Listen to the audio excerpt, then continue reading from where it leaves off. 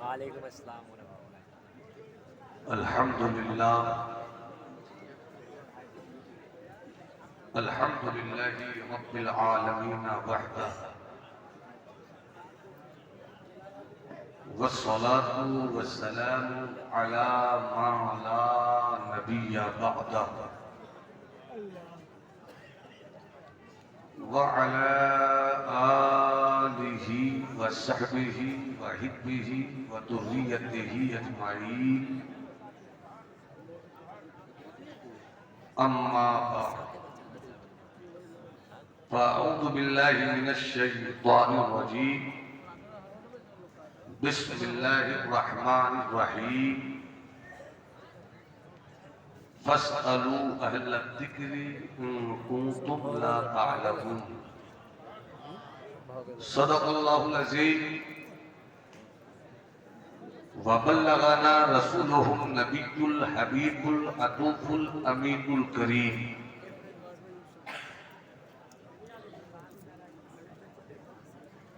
ऐ मेरी चश्मे नम बरसती रह, क्या बात है?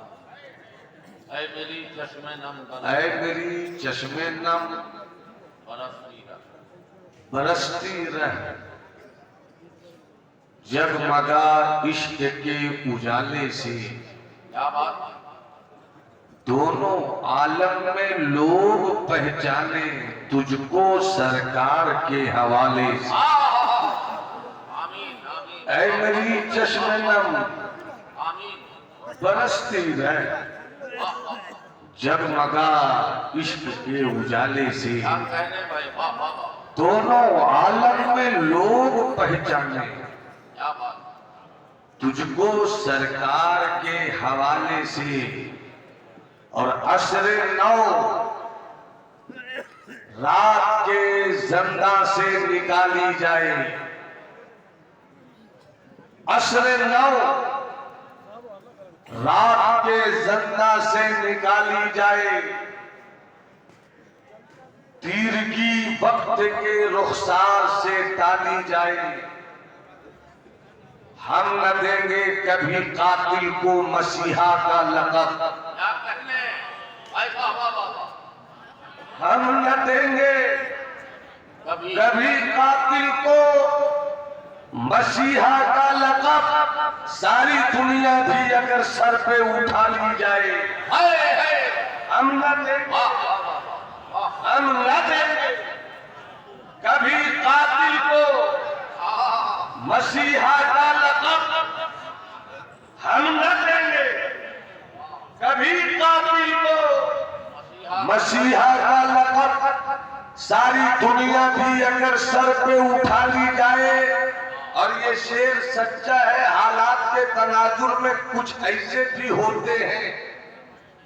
सारी दुनिया भी अगर सर पे उठा ली जाए, हम न देंगे कभी कातिल को मसीहा का लक़ब।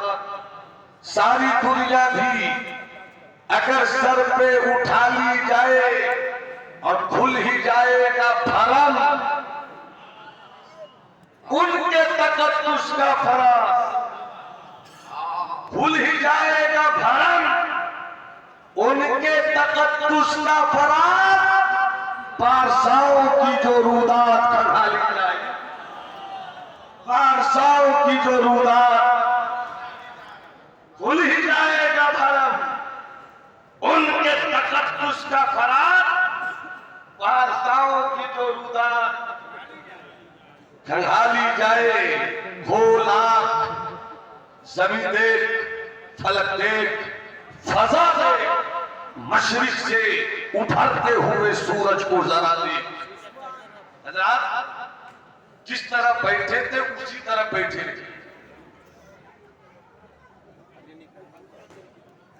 इसलिए कि 12 तारीख, 13 तारीख, 13 तारीख, 14 तारीख, 15 तारीख, आज 16 तारीख।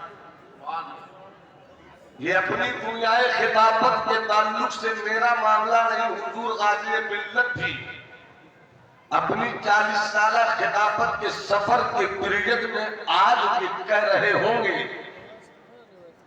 4 दिन कुछ ऐसा गुजर रहा है कि सामीन बाद में आते हैं, गाज़ी मिल्लत पहले आते हैं। सामीन बाद में आते हैं, मुफक्किर मिल्लत अल्लामा डॉक्टर अमजद रजा अमजद पहले आते हैं, इलाकाई उलमा भी बाद में आते हैं, कारवाने इदारे शरीयत पहले आता है। वजह उसकी ये है कि हम बेदार करने आए हैं। बेदार कब होइएगा? जब मुझे ये महसूस हो कि आप सोचने लगे।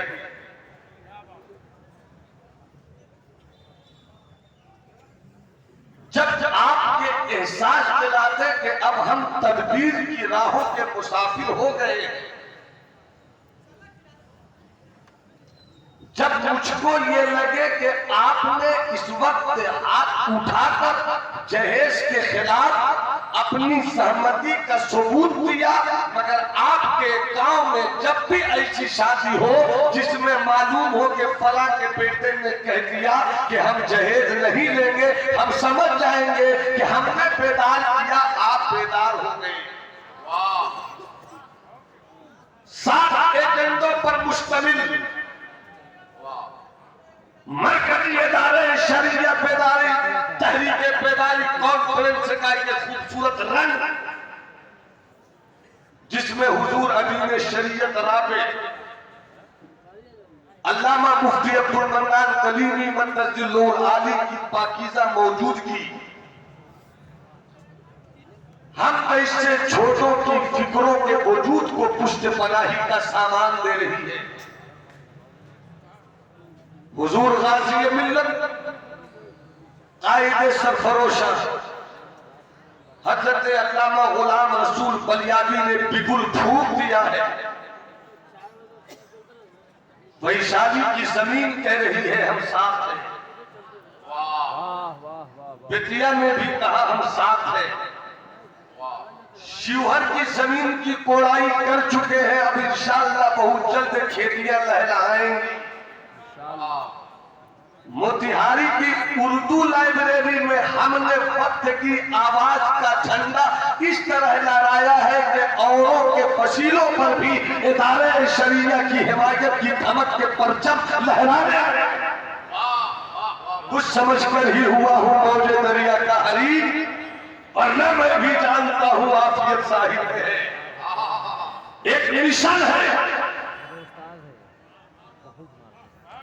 उस मिशन के अंदर 7 एजेंडे,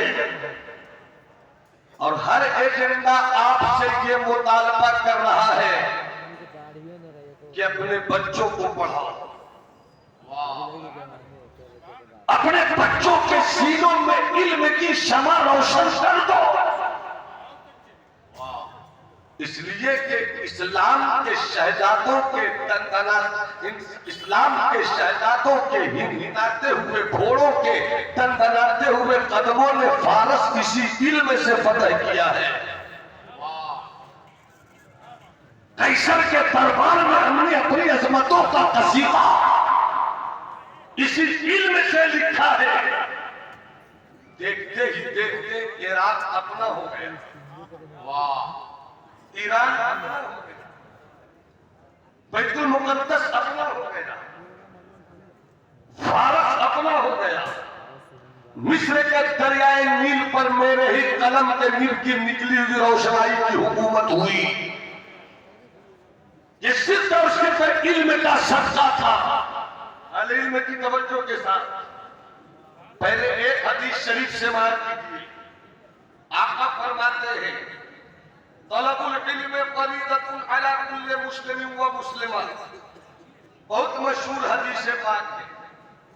सरकार दूसरी जगह फरमाते हैं उगदू आलिमन और मुतअल्लिमन और मुस्तमिअन और मुहिब्बा वला तकुनिल खामिस फतहलिक। सरकार फरमाते हैं इल्म का तलब करना, हर मुसलमान मर्द और औरत पर फर्ज है। सरकार मखदूम सुल्तानुल मुहक्किकीन सैयदुल्लाह शेख शरफुद्दीन यहिया मुनीरी 700 साल की तारीख में दुनियाए तसव्वुफ का इतना बड़ा कोई मुहक्किक नहीं पैदा हुआ।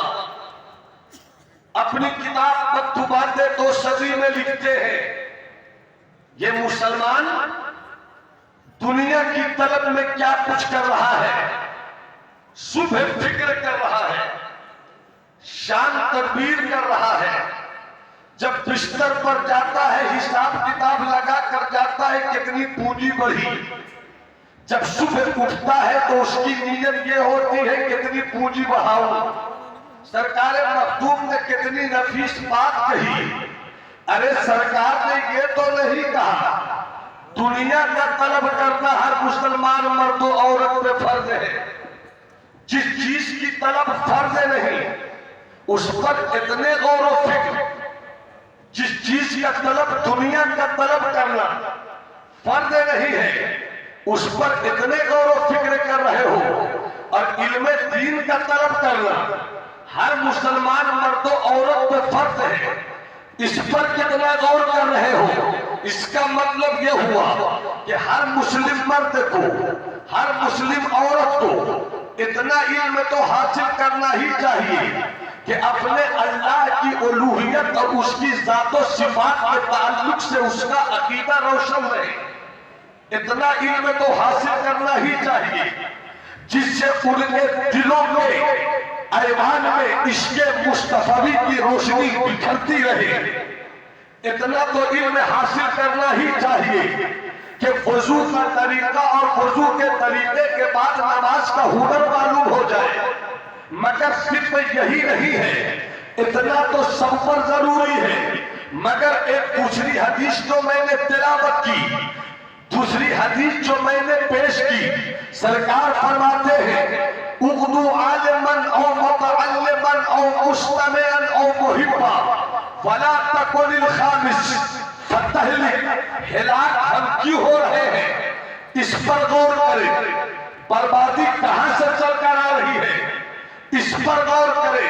हिलाकत क्यों घर की दहलीज को दस्तक देती हुई घर तक पहुंच चुकी है इस पर गौर करें। मेरे बच्चों को क्यों रोड में दौड़ा दौड़ा कर पीटा जा रहा है इस पर गौर करें। मेरी इस्लाम की बेटियां आखिर गैरों के साथ अपनी माँ की ममता और बाप की शफ़क़तों की चादरों को फाड़ कर क्यों निकल रही है, हम इस पर गौर करें। जिस कौम की तारीख ये थी कि रूम को हमने औकात बताया, जिस कौम की तारीख ये थी फारस के आसमान बुलंदी पर बुलंदियों के आसमान पर हमने कमंदे डाली, जिस कौम की तारीख ये थी कि हमने अरब के जंगलों में ऊंटों को चराया था, मगर मुस्तफा के कदमे नाश के गर्दो गुबार को जब हमने अपने एहसास के वजूद पर ताज की सूरत में सजाया है तो आलम यह हुआ है कि ऊंटों को चराने वाला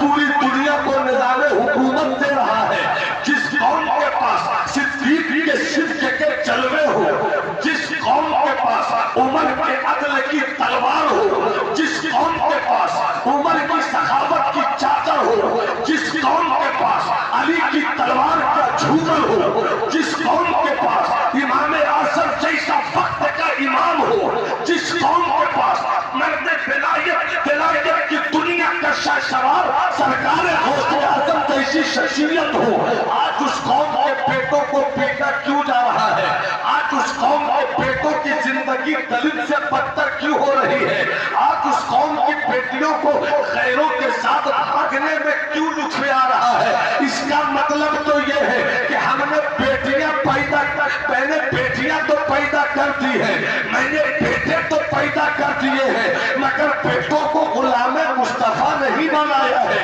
हमने बेटियों को कलीजाने फातिमा की सफ में रखने का रास्ता नहीं पैदा किया है।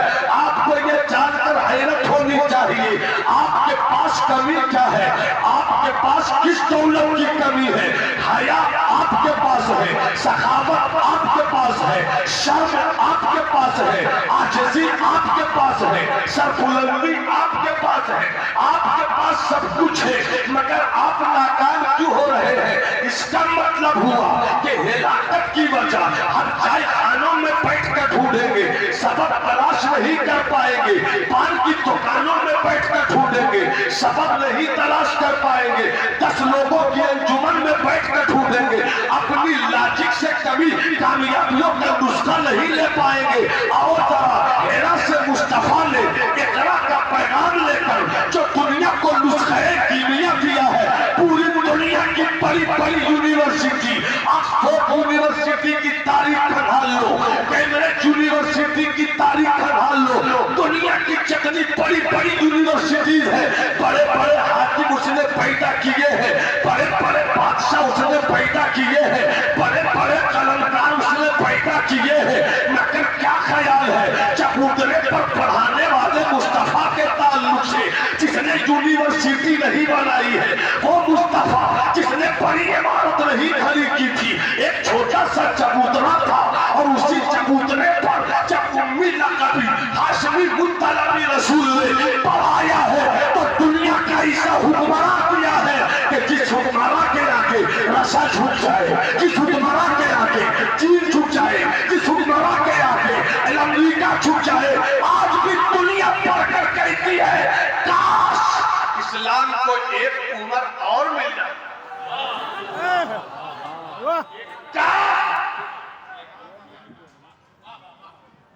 जो हजरात बाहर हैं,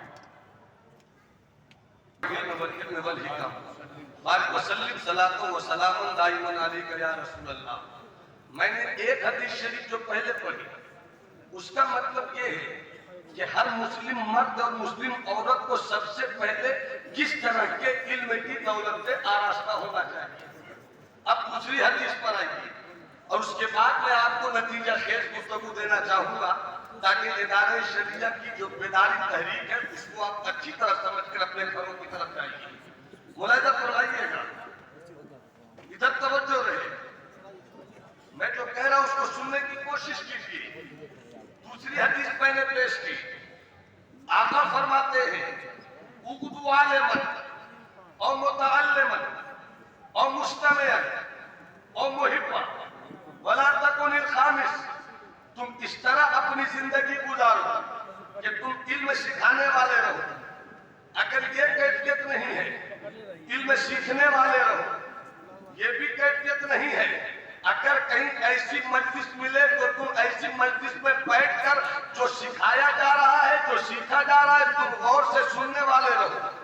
और चौथी चीज अगर ये भी नहीं है मुहिब्बा, तो ऐसी जमात से मोहब्बत करने वाले रहो। वला तकुनिल खामिस, पांचवा मत बनना, बनना है तो आलिम बनो, बनना है तो मुतअल्लिम बनो, बनना है तो मुस्तमे गौर से इल्म फजल की गुफ्तगू सुनने वाले बनो, बनना है तो ऐसी जमात से मोहब्बत करने वाले बनो। वला तकुनिल खामिस, पांचवा मत बनना। इस चार को छोड़कर अगर पांचवा रास्ता तुमने इख्तियार किया, मुस्तफा फरमाते हैं फतह, कौन मुस्तफा फरमाते हैं पत्थर खाकर जिन्होंने तो आएगी, कौन मुस्तफा इरशाद फरमाते हैं कांटों की राहों पर चलते रहे मगर दुआओं के फूल बरसाते रहे। अब और करीब आइए, अब और करीब आइए, मैं चाहता हूं कि अपनी कौम के बच्चों को अब बेदार किया जाए। मैं बेदार करने आया हूं, मगर होशियार करना होगा आपको। हर बाप को चाहिए अपने बेटे की तालीम के ताल्लुक से सीरियस हो, हर माँ को चाहिए अपनी बेटियों के तालीम के ताल्लुक से सीरियस हो। मगर एक तीसरी हदीस और पेश करता हूँ। हुजूर मुफ्ती साहब किबला तशरीफ फरमा है, सरकार मदीना है, सुबह की नमाज पढ़ाते हैं, नमाज पढ़ाते ही अपने चेहरे को अपने गुलामों की तरफ करते हैं, चेहरे को गुलामों की तरफ करने के बाद फरमाते हैं लक़द नज़लत अलैयल लैला आया, ऐ मेरे दीवानों आज की रात मुझ पर एक आयत उतरी है, आज की रात मुझ पर एक आयत नाज़िल हुई है। जरा गौर से सुनना, बेदार हो जाओ, होशियार हो जाओ। दुश्मन गली गली घूम रहे हैं, वो आपको इस तरह मार रहे हैं कि इस बच्चों के सीनों से इल्म ले लिया जाए। और जिस दिन आपके सीनों से इल्म निकल गया, याद रखिएगा, आपकी नमाज भी छीन ली जाएगी, आपकी मस्जिदें भी छीन ली जाएगी, आपके मदरसे भी छीन लिए जाएंगे, आपके बच्चे भी छीन लिए जाएंगे, आपकी बच्चियां भी छीन ली जाएंगी। इसलिए जरूरत को समझो, इल्म से अपना रिश्ता जोड़ो। जरा देखो, मुस्तफा फरमाते हैं, आज की रात मुझ पर एक आयत उतरी है, फवैलुल लिमन क़राहा वलम यतदब्बर, फवैलुल्लाह सुम्मा वैलुल्लाह। जरा तेवर देखिए ज़ुबाने नबूवत का, जरा लहजा देखिए मुस्तफा की ज़ुबाने रिसालत का।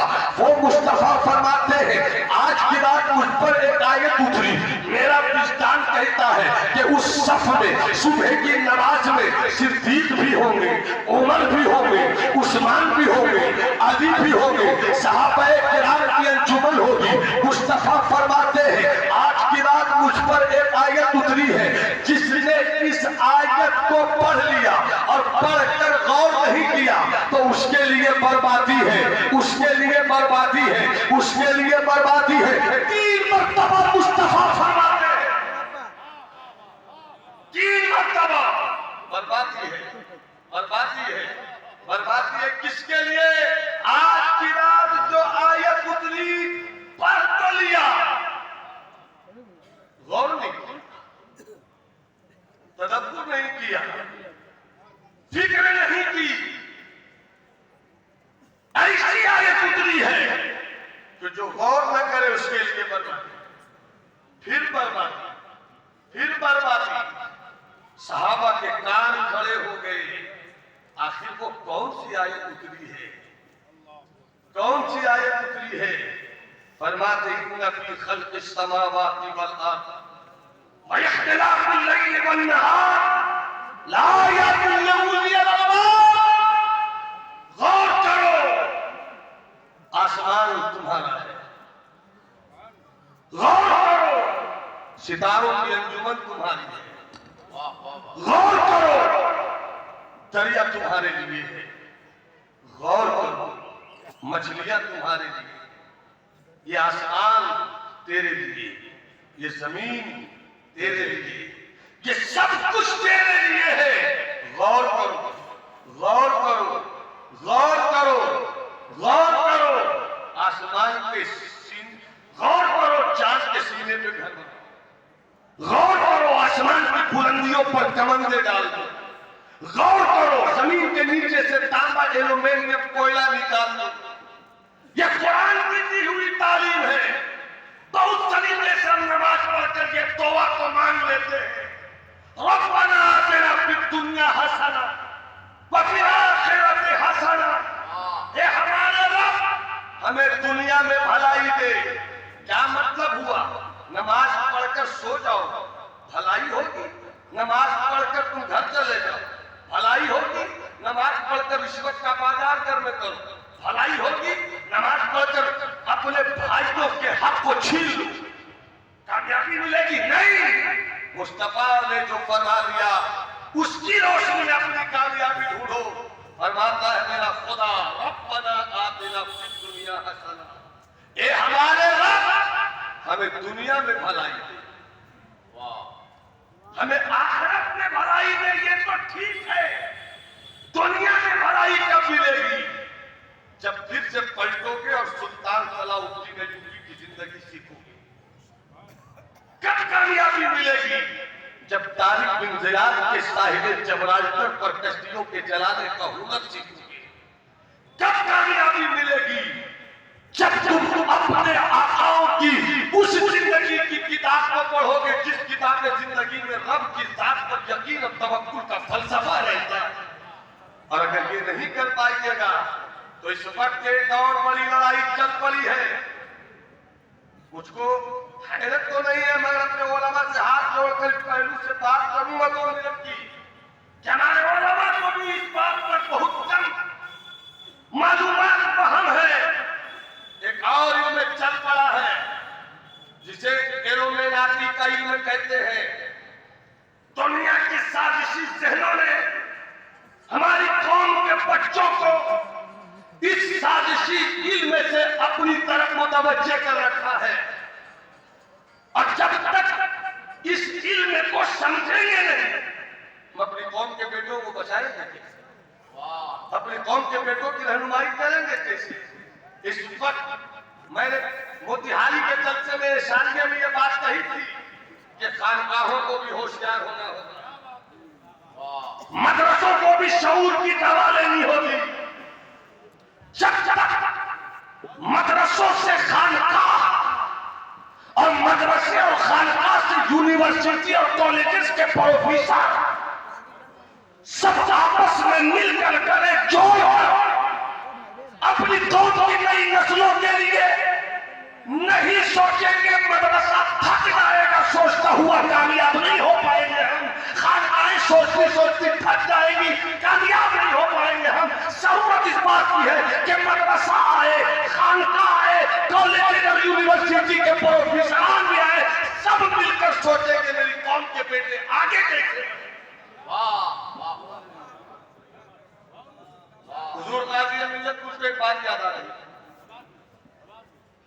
1995-96 में जब मैं 96 में तो मेरी दस्तार 98-99 की बात होगी, उस वक्त नई दुनिया अखबार बड़ा इंतजार रहता था दीवानों को। जब वो अखबार आए, मैंने एक मजमून पढ़ा उसमें यह बात आई कि 1947 में हिंदुस्तान आजाद। गुर्बत के दिन थे, इफलास का बिछौना था, गुर्बत का तकिया था, मजबूरी की रजाई थी, और इस बेबसी की चारपाई पर हम लेटे हुए सोचते कि अपने कौम के बच्चों को देख क्या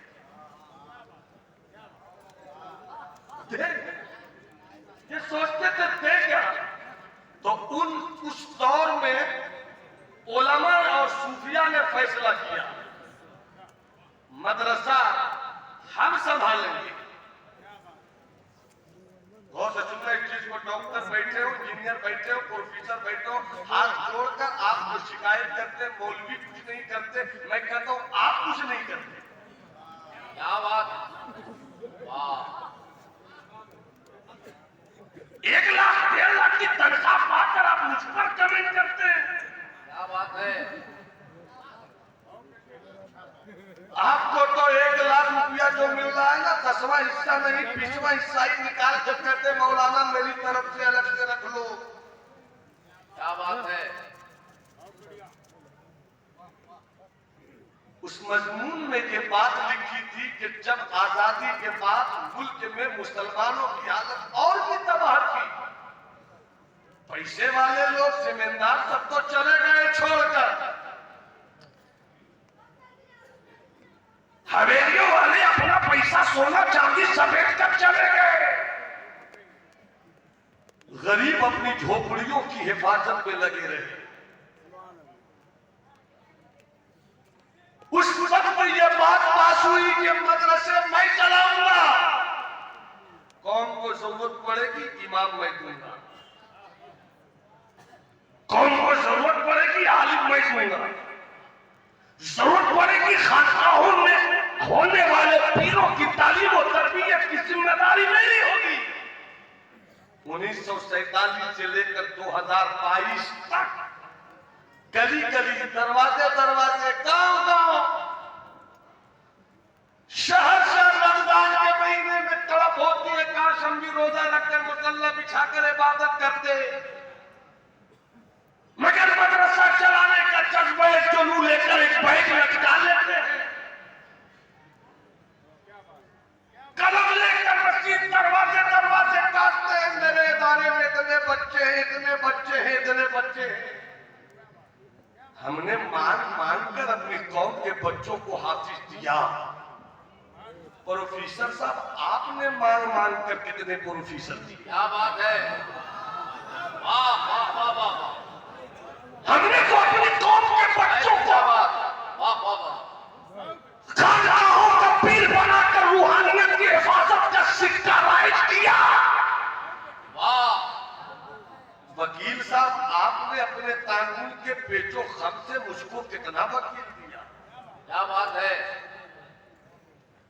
मौलवी 10,000, 8,000, 6,000 की नौकरी पाता है, गली गली मांगता है, और उसके बाद अगर ये कहा जाए मौलवी कम पैसे में खुश क्यों रहता है, इसलिए कि मौलवी कम पैसे में भी अगर जन्नत पर शिकायत आ जाए आपसे, मगर रब से कभी शिकायत नहीं करता, वाह वाह वाह, कभी रब से शिकायत नहीं करता।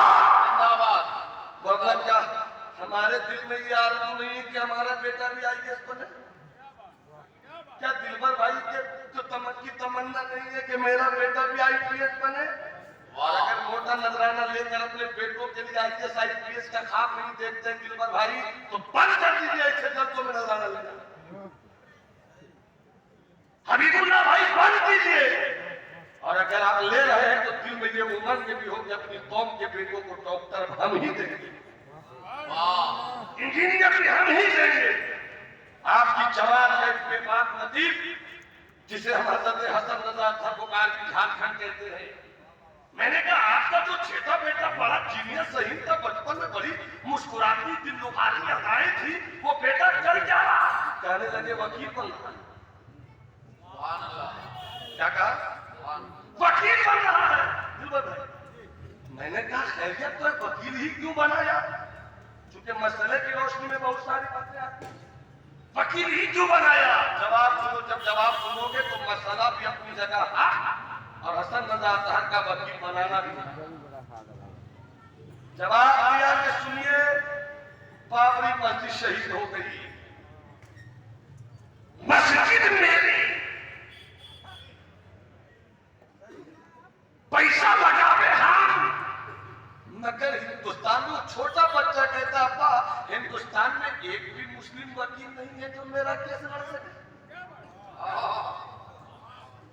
एक भी मेरा ऐसा वकील नहीं जो केस लड़ सके। इसलिए मुझको अब वकील बनना है ताकि अपनी सलाहियत का इस्तेमाल करूं। जज गलत फैसला दे तो दे, मगर मेरे खुलूस की बुनियाद पर वकील बनकर इस्लाम के बचाव की खातिर जो लड़ाई लड़ने का जज्बा हो, वहां पर किसी गैर को नहीं बुलाया जाए, बल्कि आवाज किया जाए कि कहां है कौम मुस्लिम का वो बेटा जो वकालत की सनद लेकर आया है। अब दूसरी बाबरी मस्जिद नहीं गिराई जाएगी, अब मदरसे नहीं गिराए जाएंगे, अब बुलडोजर नहीं चलाया जाएगा। कब जागोगे? अरे कब जागोगे तुम? जब बेदार हो गया, जब अपने बच्चों के 20 साल, 22 साल, 24 साल के जवानों के हाथों में बाला और कान में बालियां देखता हूं, सीना पीट लेता हूं। जो बाला और बाली न उतार सके वो इस्लाम की हिफाजत की बात क्या है? क्या बात है। जो चेहरे पे दाढ़ी न सजा सके, वाह वाह वाह वाह, जिंदाबाद। वो घर का सुन्नत को फैलाएगा कैसे? वाह, खुदा की कसम, जिस दिन तुम सड़कों पर दाढ़ी रखकर निकल गए,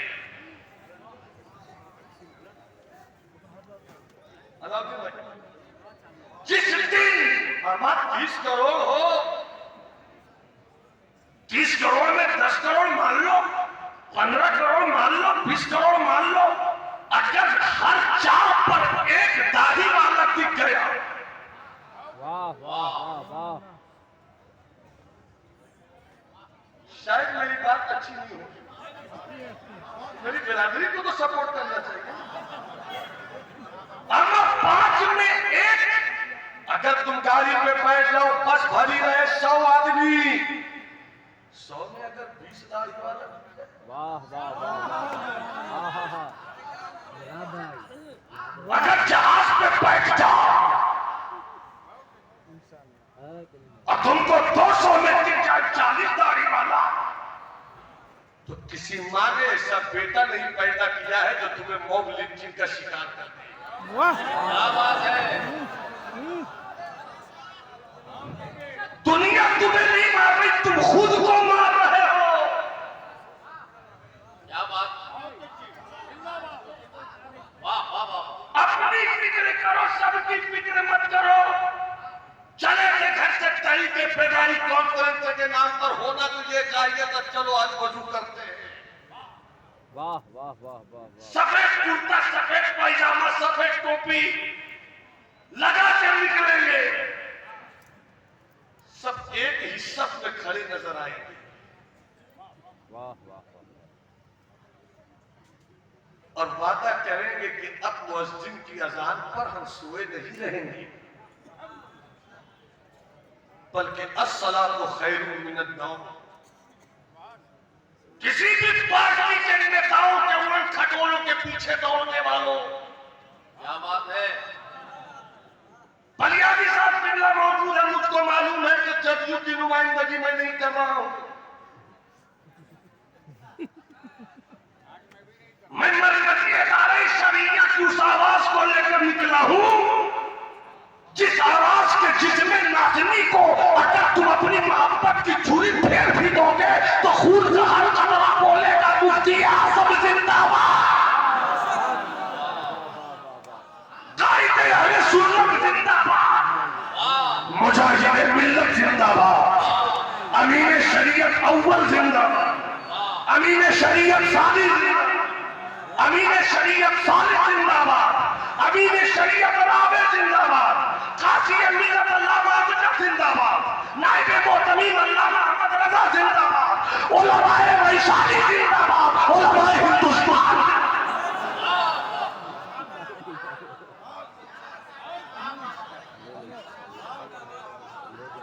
अब आप दुनिया से कितनी शिकायत करोगे? खुद जीने का हुनर नहीं है तो दुनिया से जिंदगी की भीख क्या मांगते हो? तुम भूल गए कि तुम्हारा रब वो है। बाबू, जो हाथियों के लश्कर को अबाबिल परिंदों से तहस नहस कर देता, अमेरिका का एटम बम नागासाकी पे बरसा, हिरोशिमा पे बरसा, खत्म हो गया। बहुत खतरनाक बम था, बहुत जहरीला बम था। आज भी लंगड़े पैदा होते हैं, आज भी कोई लूल्हा होता है, किसी की आंख कमजोर होती है, किसी के कान के पर्दे कमजोर होते हैं, मगर लोग हैं।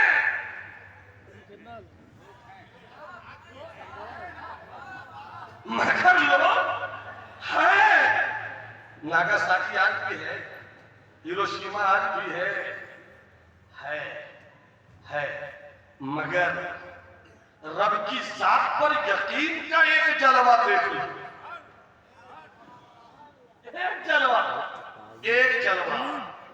कभी अरब में इतनी बड़ी जंग नहीं हुई जिसमें हाथी लाए गए हों, और जिस जंग में हाथी पहुंचे समझो वो छोटी जंग नहीं, बहुत बड़ी जंग है। और अबराहा लेकर चला था, रिवायत में कुछ इख्तिलाफ के साथ आखिरी 12 हाथी, मोटे मोटे हाथी,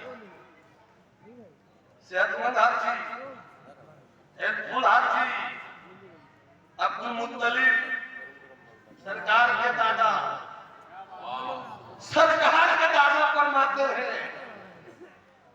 मेरी ताकत नहीं है मुकाबला करने की, मगर मेरा यकीन रब पर बड़ा है, मेरा यकीन बड़ा है। का मौला तेरा घर है, तू हिफाजत कर, मगर इस यकीन के साथ कहा था कि तू है। मोटे मोटे हाथी कैसे मुकाबला होगा? रब की रहमत ने कहा मुझ पर यकीन किया तो देख, मुझ पर यकीन किया तो देख। मोटे मोटे हाथी, छोटे छोटे परिंदे, और छोटे छोटे परिंदों की छोटी छोटी चोंचें, और छोटे छोटे पांव, और छोटी छोटी चोंचों में और छोटे छोटे पांव में छोटी छोटी कंकरियां। नागासाकी आज भी है, हिरोशिमा में आज भी लोग बसते हैं, मगर जब मेरे मुस्तफा के दादा के यकीन पर रब की तरफ फरमाइयों का उमड़ता हुआ बादल अबाबिल लश्कर की सूरत में जाहिर हुआ, तो तो छोटी छोटी कंकरियों ने इतनी तबाही मचाई कि मोटे मोटे हाथियों का मामला फजअलहु कासिफा, नामो निशान मिट गया, हैसियत खत्म हो गई। क्यों नहीं अपनी खुदा की जात में यकीन करते हो? क्यों नहीं यकीन करते हो? अरे क्यों नहीं समझते हो कि मेरा खुदा वही है जो दिमाग में मच्छर डाल दे तो नमरूद की औकात प्राप्त हो जाए। इसलिए तालीम हासिल करो, इल्म हासिल करो। हजरत बस बात बहुत कुछ कहनी थी, कुछ कह नहीं पाऊंगा। हम लोगों ने आपकी क़यादत में वक्त की ताहीन और तहदीद का जो फलसफा रखा है, फलसफे की दीवार में मुझसे ही कहीं कोई शराब पैदा हो, ये अच्छी बात है। क्या बात है? बस 2-3 मिनट की बात। इस वक्त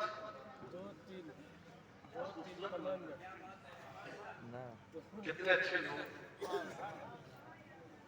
बहुत भरोसा करते हैं आप। 2-3 मिनट देख लो। हुजूर गाज़ी मिल्लत, आप इस भरोसे को टूटने मत दीजिएगा, टूटने मत दीजिएगा। बस एक काम जो मैंने आपकी बारगाह में तजवीज रखी है, बस थोड़ा सा उसको मैं फैला दूं और अपनी बात खत्म। जो केरल गए हैं वो जानते हैं।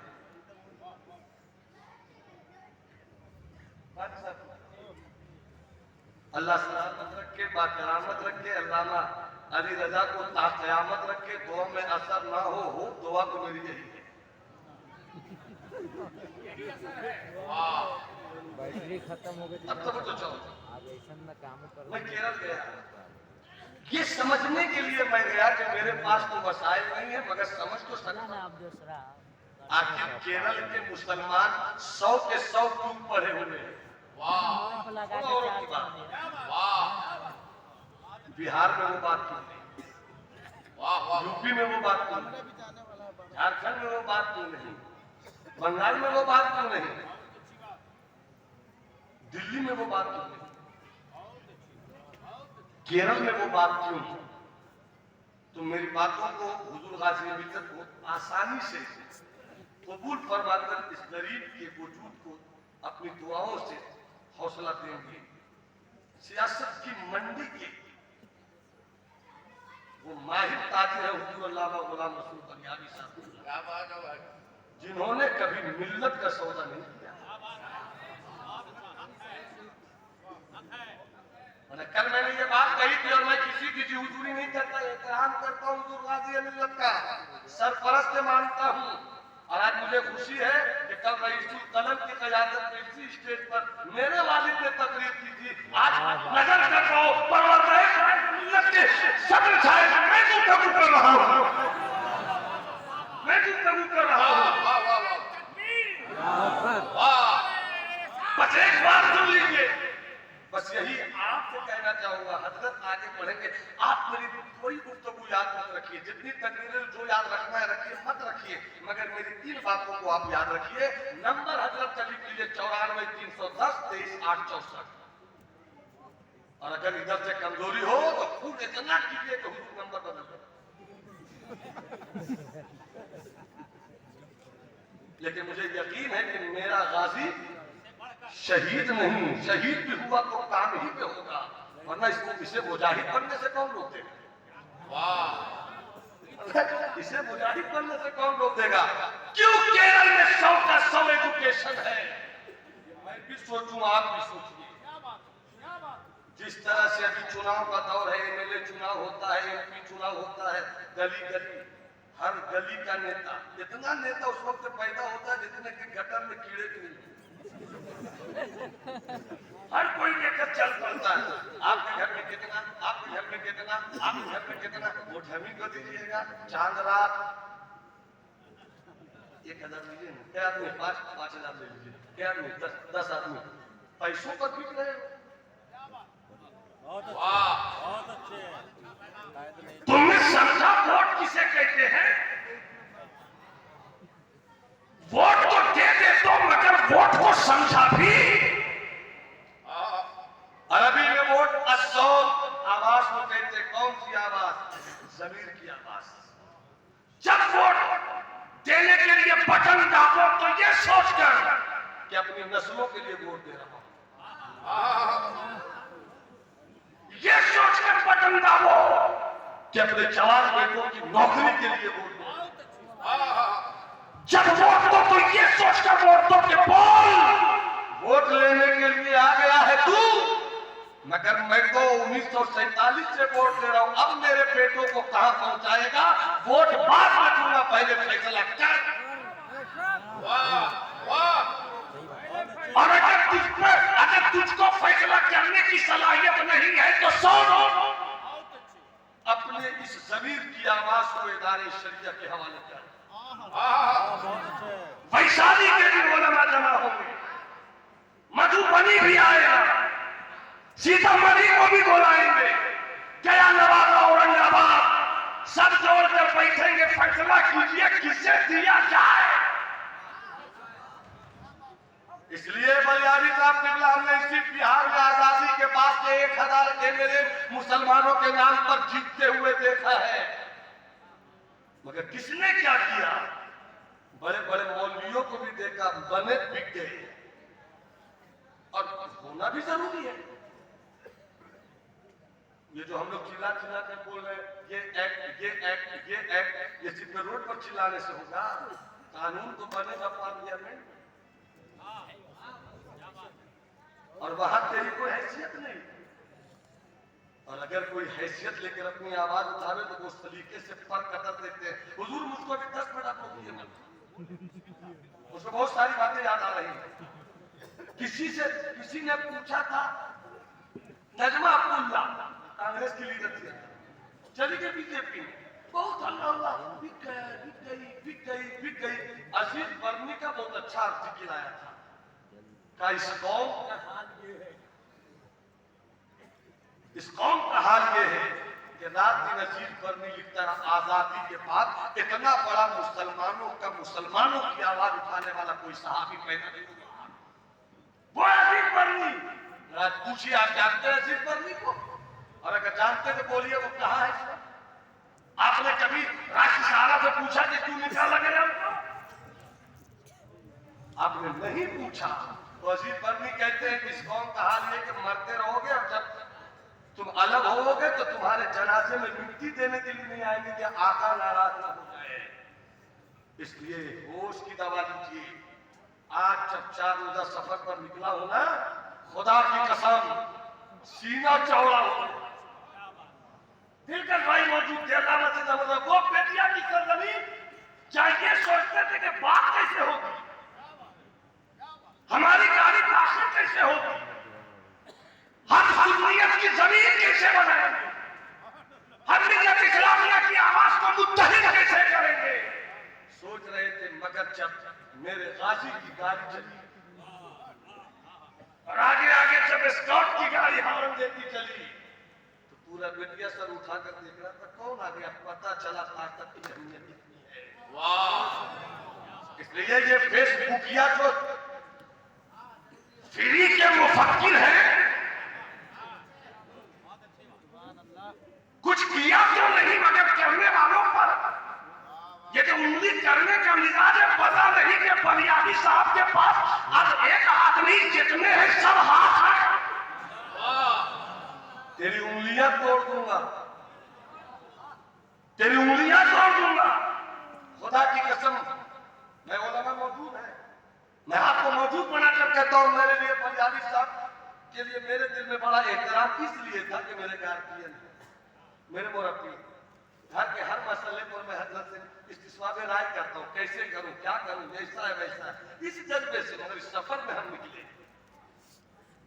तो खुदा की कसम याद आया, तुम एक मस्जिद न बना सके, एक मस्जिद में अगर 10,000 मान लिया जाए, मेरे पास पैसा है, और ये कहने के लिए पैसा है कि बलियानी क्या कर रहे हैं समझ में नहीं आता तो चले जाओ पेट जाओ। क्या बात! दिलकश भाई साथ में थे, एक दीवाना था, सुन्नी था, उसे सुन्नी रहनुमा नहीं मिल रहा था, शौक हुआ मस्जिद बनाई जाए, दीवार खड़ी हो गई, ढलाई कैसे हो, खबर मिला आ रहा है सुन्नियों का काफिला, आ रहे हैं बलियानी साहब, आकर कहने लगा हुजूर आंखों में आंसू लेकर मैं फला का मुरीद हूँ, दूर दूर तक मेरे बेटे की नमाज पढ़ने को निकल जाते हैं कहीं और एक मस्जिद है, क्या हो रहा है, मैं इदारे शरिया के हवाले कर दूं। रात में भी जाके दिन में भी जाके हजरत के साथ हम पूरा कारवा चला, अल्हम्दुलिल्लाह वो कागज भी तैयार हो गया।